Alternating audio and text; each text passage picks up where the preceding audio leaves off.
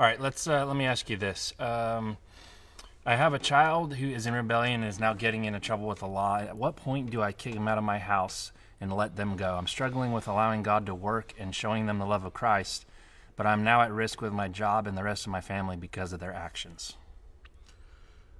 Well, it depends on how old the kid is. Number one, if I was dealing with a 12-year-old, it would be different than if I was dealing with a 17-year-old. And obviously, there needs to be standards in your household.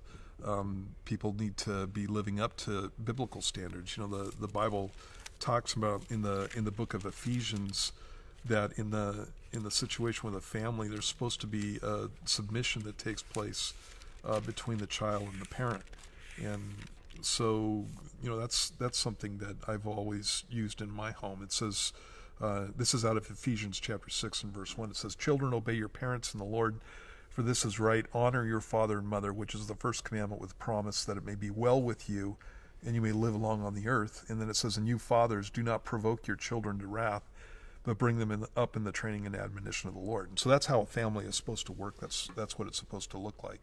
And if I was having those kinds of situations with my kid, I would be making them make choices.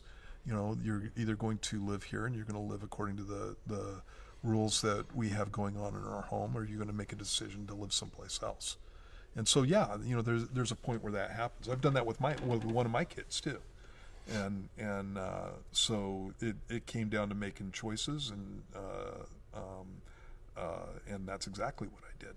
After a while, I went out and got them because their life was just a big fat mess, and so dragged them home, got them straightened out, and that kind of thing. But I didn't allow that kind of nonsense to go on in my home.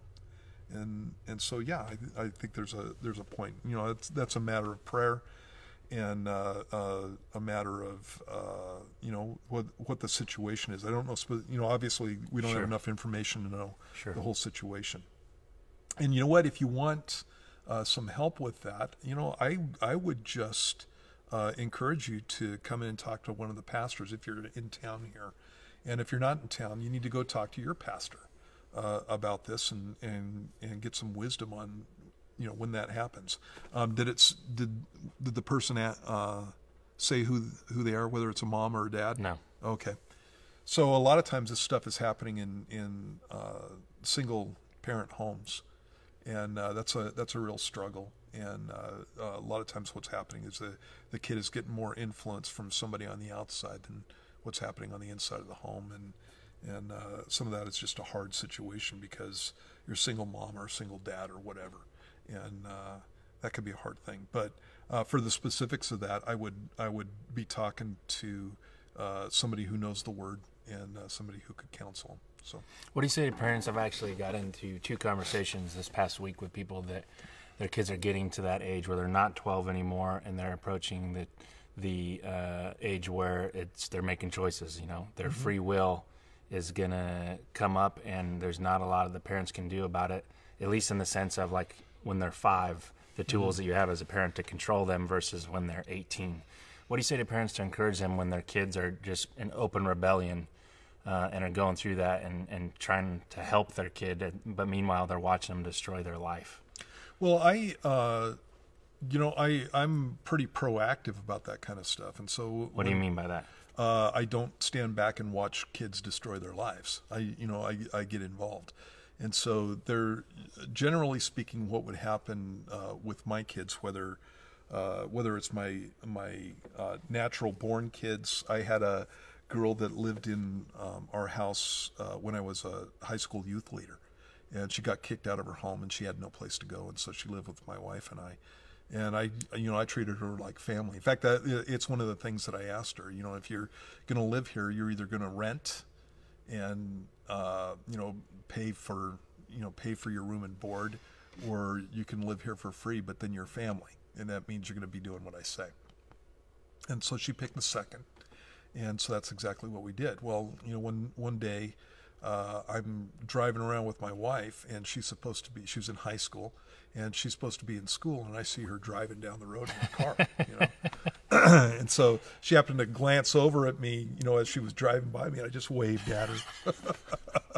And then she came home really quick right after that. We were on the way home. She came home really quick, and I had told her, if I catch you skipping school, you're not going to be driving your car. You're going to be going to the school on the bus. And so, that's what I told her, and I don't tell lies, and so that's what happened with her. And so I went out and disabled her car.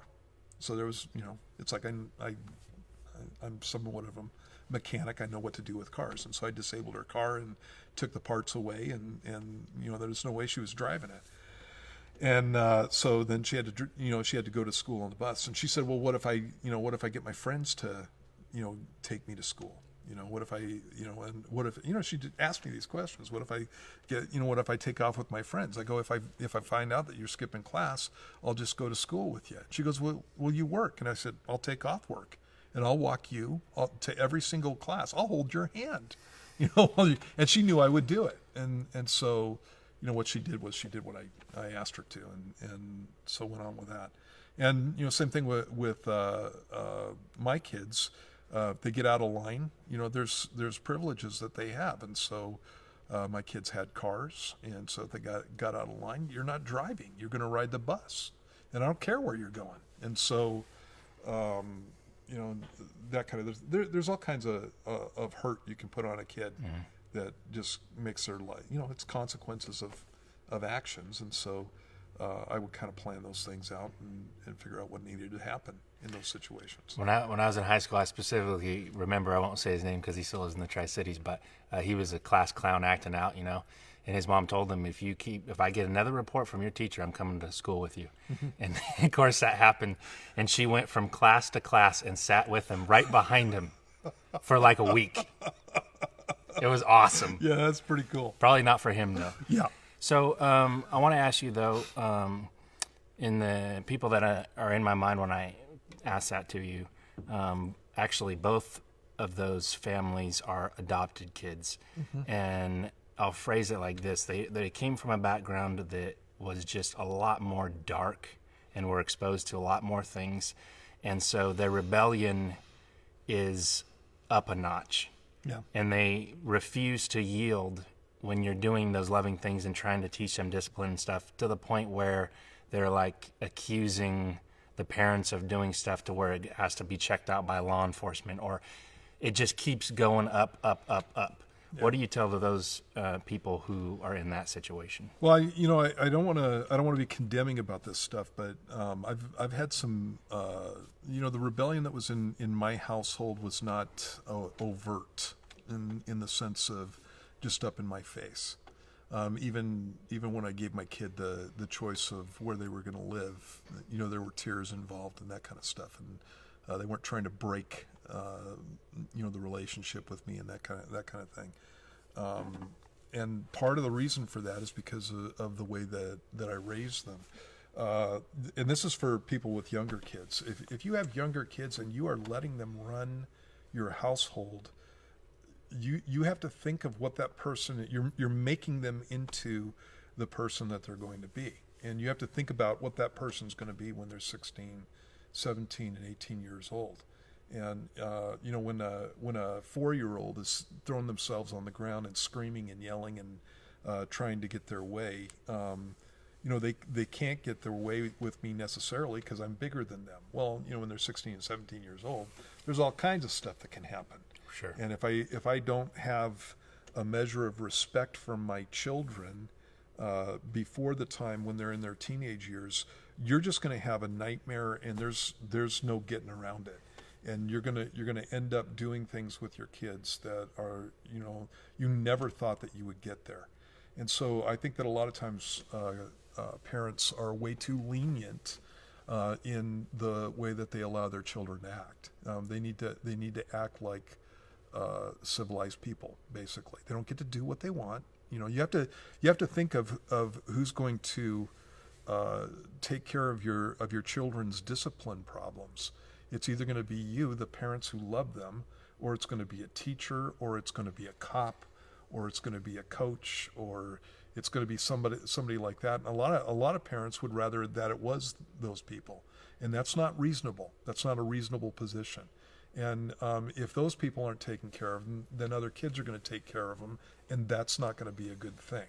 That's how kids get beat up. And so you want to be a parent who's actually taking care of your children's discipline issues before they get in school. You know, and most of this stuff needs to be done before they're 4 years old. And if parents will take care of it at that point, then it becomes relatively easy, or it's not as bad as they get older. Every discipline issue that I've ever seen from teenage kids has to do with hanging out with the wrong kids. Every single one that I've ever seen. And I was a high school pastor and junior high pastor. Every single one had to do with kids hanging out with the wrong people. And so if my kid was in that kind of position, there would be things I would be dealing with it early, so that I didn't get to the place where it's like what you were talking about. Right. But I would pull my kids from school. I would do whatever needed to happen to keep them from destroying their lives. And then obviously, when they get older, when they move out of the house, there's not a lot that you can do about that. But that's what I would be doing. I do whatever needed to be done. And so I have never thought that my kids were going to be perfect. I have always known that when my kids were going to be imperfect, I would react. And I would react in a biblical manner, and I would react in a way that was for their best interest, and I would do everything that I needed to do to get them in a position where they weren't under the whatever kind of influence was taking place. You got kids who have no clue on how to live life, and so I think that many times the reason that kids go off in the directions that they do is because the parent needs to be the adult in the relationship. You're not their friend. It's good when you can be a friend with your kid, but that's not what you are. You're the parent, and so you got to do the right thing by your kid. And so that's how I've always treated that. And my kids are my friends. They love me, and they have that. They have that for me, and we have a great time together. But I'm still the parent, and my boy's 19, my girl's 24, and I'm still the parent. And I don't run their lives, but it's like that's where we sit. And so I would be the parent in that situation. And again, when somebody's in a situation like that, it's just really hard because a lot of the choices are gone. Yeah, it's too late, is what's happening there. But if I needed to pull them from school, I would pull them from school. Do you think that parents need to pay more attention to that? I'm going to phrase it like this. I come from a law enforcement background, so my style as a parent is somewhat different from my friends, and part of that is because what I've seen, and some strictness on where they can go by themselves and stuff. And I don't think that they're being bad parents by doing that. It's just I have a different view from things that I've seen, and right. I do stuff with my kids, and that's fine. But then I see things where they're at church, they're at school, whatever, and the way their kids are reacting towards other people. And I'm looking at those, and I'm not trying to be legalistic by any means, but it's like they're not paying attention. Yep. They're not watching that, hey, your kid's doing this. It's not a personality, a parenting style. Like, you're not noticing what's going on here. I see that a lot. And of course, I'm talking about Christians. If you're not a Christian, then it doesn't matter anyway. Yeah. I think that's absolutely true. The Bible says, train up your child in the way he should go, and when he's old, he won't depart from it. And there are parents who are training their children up in ways that they shouldn't be going. And they do it by, a lot of it is exactly that, not paying attention. I didn't have my kids until I was older, so I was married for 13 years before we had Bethany. And so I got to watch parents for a long period of time, and I saw exactly the same thing. They were letting certain behaviors slide, and what happened was when they let it slide when they were younger, when they finally had to deal with it, and everybody has to deal with it, it was a big trial. I'm watching people over a decade, with their kids. It was a big fat hassle, and some of the stuff that happened in my kid's life came from being unaware, and of situations. And so having situational awareness with your kids is a big fat deal. Yeah. When we're talking about parenting and stuff like that, do you think that when you're looking at, you talk about when you're going through Proverbs and stuff, wisdom being that you learn stuff without having to experience it? I remember before I had kids, I don't know if you remember, but over in the kids building, I'm like, okay, I'm going to have kids now. And I was asking you parenting questions on things that, just questions before I even had kids, trying to figure this stuff out. Part of being a Christian is that we're not supposed to, have to go out and get divorced and have that, all this stuff happening to have that. We're supposed to be taking the word and applying it to our lives so we don't have to go through that. Yeah. The sin is not okay. It's not okay in my life. It's not okay in my kid's life. And a lot of the things that parents allow their kids to get away with is just flat out sin. And so sometimes, love is not rude, is what 1 Corinthians 13 says. And so I don't allow my kids to be rude. They have to know how to function with people who are around them. If I don't do that, if I don't take care of those things, then again, somebody's going to take care of them. And if they're rude to a boss, they don't have a job. And I don't want to train my kid up in such a way that they're going to have a lousy life. And unfortunately, that many times is what's taken place when you just let your kid run off on their own. The Bible talks about, this is a proverb again. It says, a child left to himself brings shame to his mother. And many times that's exactly what's going on. And so when we looked at the behavior of our children, we were looking at it from a standard of what does the Bible say is okay and what does the Bible say is not okay.